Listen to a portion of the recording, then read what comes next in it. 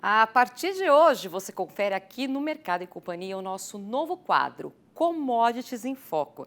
Todas as sextas-feiras, então, nós vamos debater alguns temas aí relevantes do mercado de commodities com especialistas do Brasil todo. Hoje, a gente vai discutir vários assuntos. Hoje, na nossa estreia, nós vamos falar sobre o milho.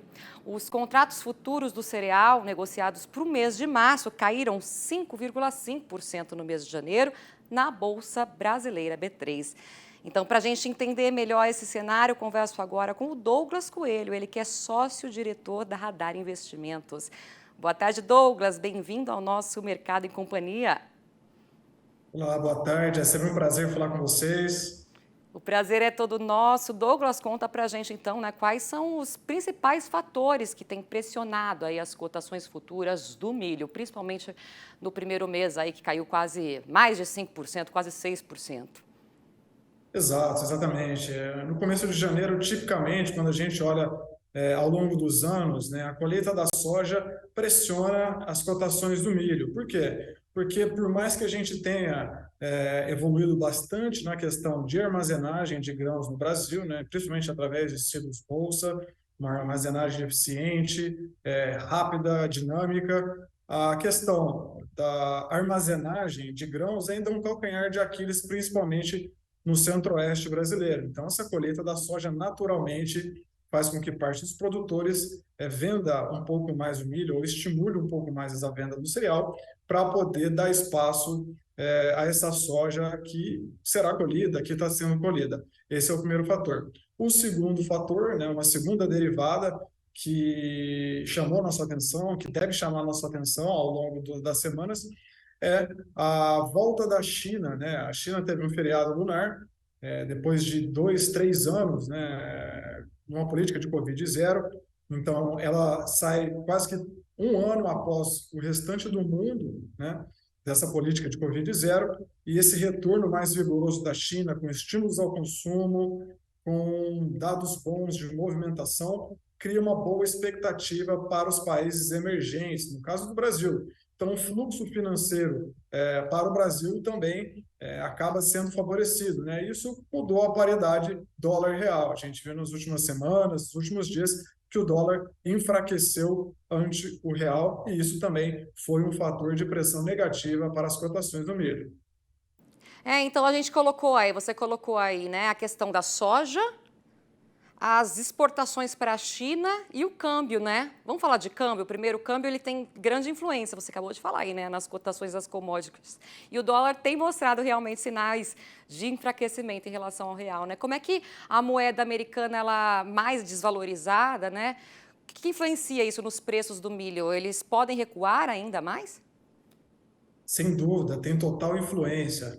Essa influência ela é mais nítida, mais clara, principalmente no segundo semestre, em agosto, setembro, outubro, novembro, né? Quando a paridade dos preços nos portos faz o verão aqui, vamos falar assim, é a baliza de preço no mercado físico do país. Mas, sem dúvida, nesse período também, querendo ou não, dá um norte, dá uma baliza de preço que a gente pode esperar para os próximos meses.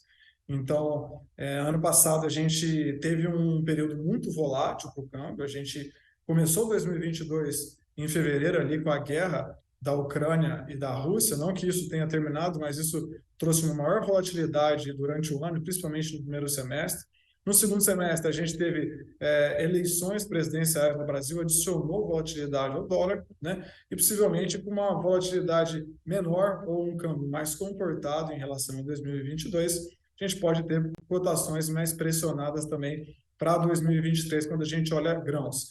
E outro ponto também que é importante destacar, né? Quando a gente olha o centro-sul brasileiro, o sudeste brasileiro, a gente teve um janeiro muito chuvoso, com chuvas em boa frequência e em bom volume. Arrisco dizer que foi o janeiro mais chuvoso dos últimos 16 anos. Então, com o solo com uma boa disponibilidade de água, a gente pode ter uma safra cheia de grãos, uma safra bem mais farta também em 2023, quando a gente olha para 2022. Perfeito. Vale a gente ressaltar sobre as exportações também, né? Porque os embarques de milho eles foram recordes em dezembro e também bem movimentados agora durante janeiro, né? E aí, com a volta da China ao milho brasileiro, você acabou de comentar também, né, dessa volta aí, a oferta para atender o mercado interno, ela pode ficar apertada e sustentar os preços? É uma ótima pergunta. A China acordando, a gente vira um supermercado de commodities, vamos falar assim, né? Não só o milho, mas quando a gente olha para a carne bovina, a carne de frango, todos tiveram bons desempenhos nos últimos meses, tiveram bom desempenho em janeiro também. E, sem dúvida, acho que a China é um player importante, ajuda a sustentar as cotações, mas a gente vê que desde quando a safrinha foi colhida, pelas experiências que os produtores, que as traders, que as cerealistas, pelos pecuaristas, os granjeiros tiveram no primeiro semestre de 2022, eles vieram formando estoques desde a colheita da safrinha no ano passado. Então, pensar no desabastecimento em 2023 não estaria no nosso radar. A gente vê que os consumidores estão bem abastecidos, mas sem dúvida a China ajuda a sustentar as cotações do cereal, sim. Perfeito, Douglas, muito obrigada pela participação. Volte sempre, viu? Bom final de semana para você. Eu que agradeço pela oportunidade. Contem conosco aqui da Radar Investimentos. Um forte abraço a todos. Um abraço, tchau, tchau.